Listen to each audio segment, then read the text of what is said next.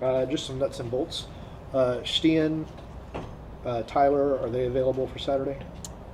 Stian is not available. I believe they announced that one, but he's feeling better.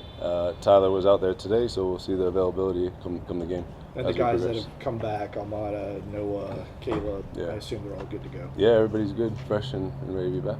All right. What is your, after this first few days of training, what is your goal? What is it you hope to accomplish ahead of this Houston match? I mean, I think everybody knows what the outcome that we want. So it's like the big thing I've been trying to talk about, or that we have been trying to talk about, is that we know that. And that's always there. So that objective is not something we speak about often. It's the process to be that way of like trust your process and things like that. But it's the process of how you get there. And yeah, everyone's going to ask, what are you changing? What are you doing differently? You know, and it's not one thing, but it's about I think a collective group. We talked about, you guys heard me say this already, I talked about shared ownership and shared success. Again, that comes down to the staff, that comes down to everybody playing their part, and at the same time enjoying each day. That's the other part that we talked about. So in the training sessions, we've been trying to bring all that out.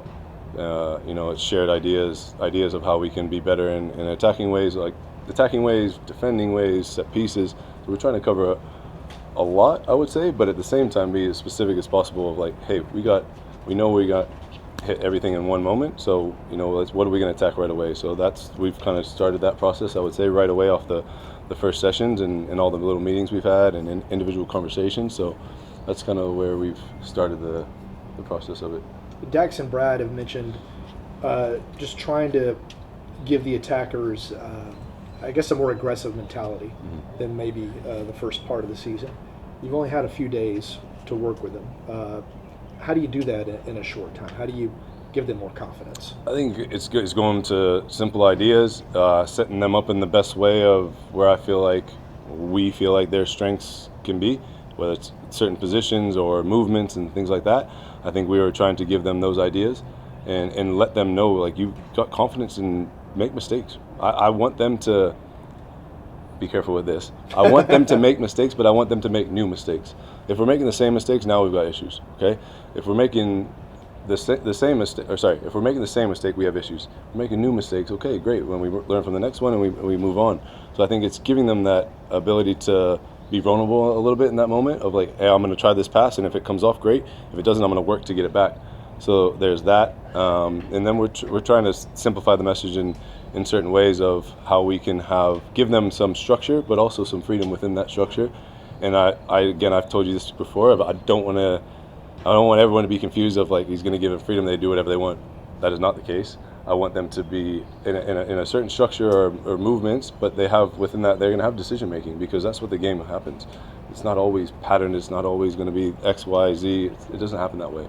So let them know that that's going to happen, and what we are here for is that you have good qualities and to kind of highlight those qualities for them.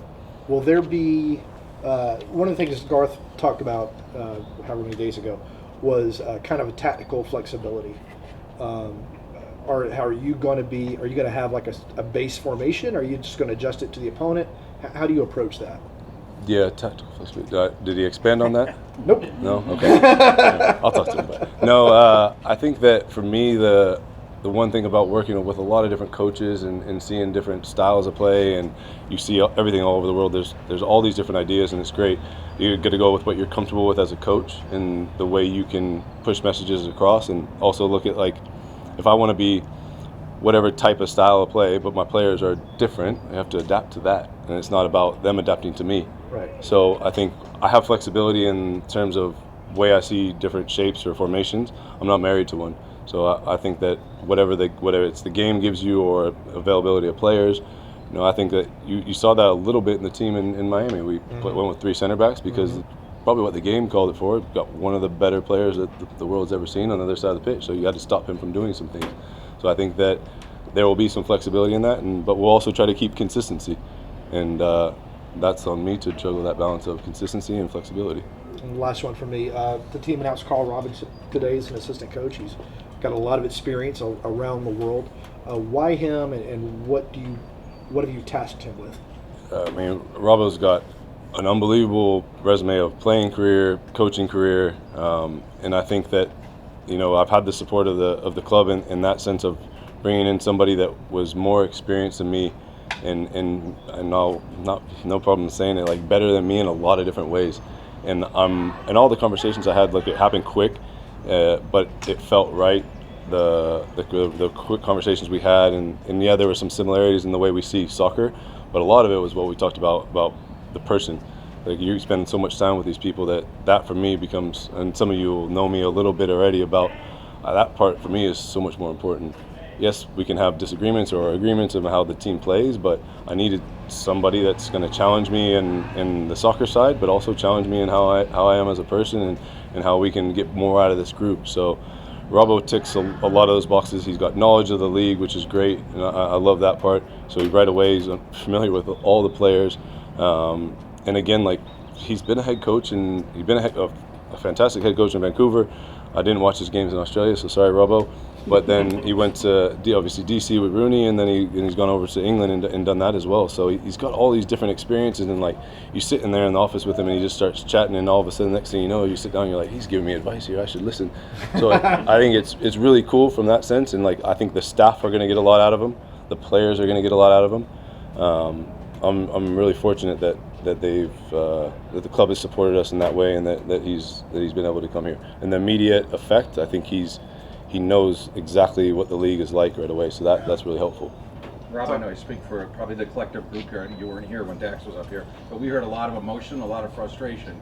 Is that kind of the message or the feeling in the locker room right now? It's a little bit of that the fans and that this has got to stop. The last part's correct. This has to stop. Like we understand that part. The emotion is always there. Now, which emotion you channel is somewhat on you, and how we push those messages across.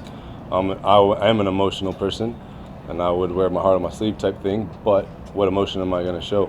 The thing we did talk about is how we move forward. So the shared ownership and the shared success stuff that we talked about, that is part of the past, and now we had to put.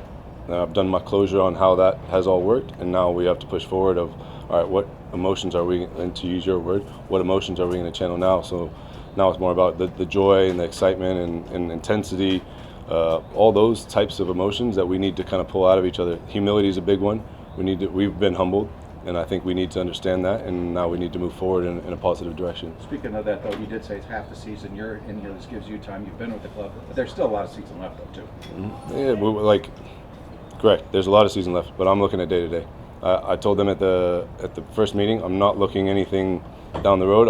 My first focus was the first training session at the first meeting before that. So we're looking at like literally step by step, and I asked them to look that way as well, because you can go ahead, look ahead, but if you don't win the game, or you don't take care of the moment that's in front of you, then you miss it. And that's part of the joy as well. If you start looking ahead, and you're not going to enjoy what you're doing in the moment, and I think that's been a big piece of really staying present. I know that a lot of people say it, and that's really, really hard to do. But like my main focus is, and that's why bringing Robbo on, bringing other staff member, having the support of Carlos, Garth, like that stuff, the players, the support, that stuff has been really important about keeping myself in this position in a moment that I can stay present. What's different this time around as interim head coach versus last time, and maybe it's what you've reflected on and things that you want to do differently? Mm-hmm. There's a lot different, so it's a really good question. Last time this happened, there was 2 days in a game, and then 2 days in a game. And I said to like some of the staff when we were stepping out for the first session, the last time I did that, I was in a whole different frame of mind. Like there was obviously a different coach that had left, different relationships that we had, and different emotions in that sense. But at the same time, like and I still am a young coach, but I was really young. And so I sat in there and I was like, ooh, okay, this is what we got to fix right away. And then all of a sudden it was like, when Gonzalo did get there 6-8 weeks later, it was like, I took a deep breath. This was different. We had 5 days off. We had a whole week or more to train. I've been through my pro license of learning a lot about myself, a lot of reflection about who I am as a person that then leads to how I am as a coach. I've had now more years of experience on the grass and doing more stuff out there, building relationships with players and staff, and really focusing on that. So it's completely different, but the game's the same. And in the situation, I can reflect on things that had happened, but I can also be smart enough to go like, hey, that was different, and you need to do something different. You can't just do what you did the same and think, here we go, it's going to work the same. It doesn't work that way. So there's been a lot of reflection about those things. In the first press conference, you mentioned finding transition moments a little more often. What has to change tactically for this team to be able to do that? Finding the transition moments, I think they'll present themselves, because that's what the league ends up coming like. Is finding ourselves on the beneficiary side of the attacking transition moments, because we've got good talented players. Does that mean dropping the line of competition more? I think it's a couple things, like, because I think there's in transition, sometimes it can happen in, like, when you're in attack, and we would talk about having more numbers around the ball when we're attacking, so that we can have counter pressure better, so we can go into almost like manufactured transition moments. And then there's like the standard, you drop your line, everyone talks about that, and then you can look to open up more space behind opponent. So it maybe be a mixture of that, of how we can find it, because that's how the game will work. We're not going to try, well, I won't marry myself to one answer here. I'll be careful with that, because I know what'll happen then. I'm not going to say that we're going to drop a line of confrontation, but we will be smart in the way we try to attack team, or open up teams for their defensive transition. So whether it's dropping a line, or it's pressing on a certain player or zone, based off our players, based off their players. So we're going to try it in different ways. And one game this might work, and then we go, hey, we're going to be different, so we need to have better counter pressure here. It's going to be, I think, different in each game a little bit. Are you going to adjust how the team provides that counter pressure? It seems like it's been a pretty big issue for this team so far this year. Yeah, that's like what I was talking about with getting more numbers around. When we're in attack, you can think about, like, yes, we want width, and you want to be expansive and open in these things. I think the other part is, like, how can we get, obviously, our talented attackers in and around each other to combine, and also then if you do lose the ball, because it will happen, and a mistake will happen, there's good teams, that you can be in that area to go and put counter pressure with multiple players around. So I think, like, that's been a thing that maybe is a little bit different, and that's now bleeding to the collective. We want to make sure that that's one thing we have talked about. Yes, defensively, everyone says let's be collective, all those things, but at the same time, on the attacking side, we need to be collective, because if you're collective there, the counter pressure happens, and then you got more numbers around the ball to open up a little bit. Does that answer that question? It does. Yeah. You're changing, sorry, it's a lot more going on. No, you're changing rest defense principles essentially. Then you're just having more folks. No, it's more of, like, just the attacking ideas, and where we can. Like, it's tough to answer, like, in one way, because I think that without giving too much away. So, like, I would say that it's nothing about, we call it, like, active defending. It's nothing really in, like, how we do some of this active defending. It's more about the places that they take up in the attack, how many players are around those areas, so when the ball does turn over, that they're not, let's say, winger out wide on this side and winger on the touchline on this side. And now this guy might not affect this ball, but if he's in a better position, if they do break out, he's better positioned to go and close it, and we go out. Or you've got winger 9, 10, 8, fullback all around each other, combining to break out at pace. But if it breaks down, they're right there to press.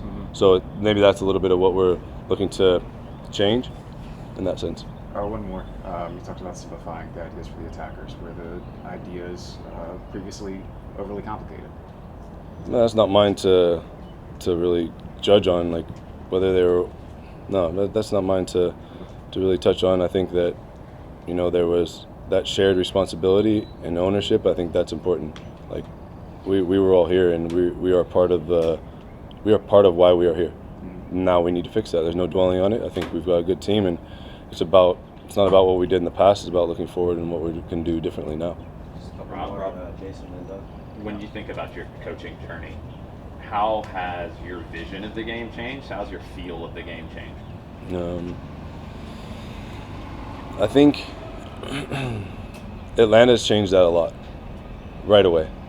Like, working, and I say that word loosely, like, I didn't work with Tata in the sense that I wasn't on his staff, but he was great with me. I learned so much about, going with your heart and the way you are, and he talked about those things, but it was like, it brought the excitement of the transition moments, and I talked about that in the first press conference, was something that I had never really thought about. It's like, you're a new coach, and everybody wants to be rigid, and everybody plays, you got to be solid, and all these other things, and be really simple in your message. But I watched all these things unfold, like, right in front of me, and I think that started to shape me seeing things a little bit differently.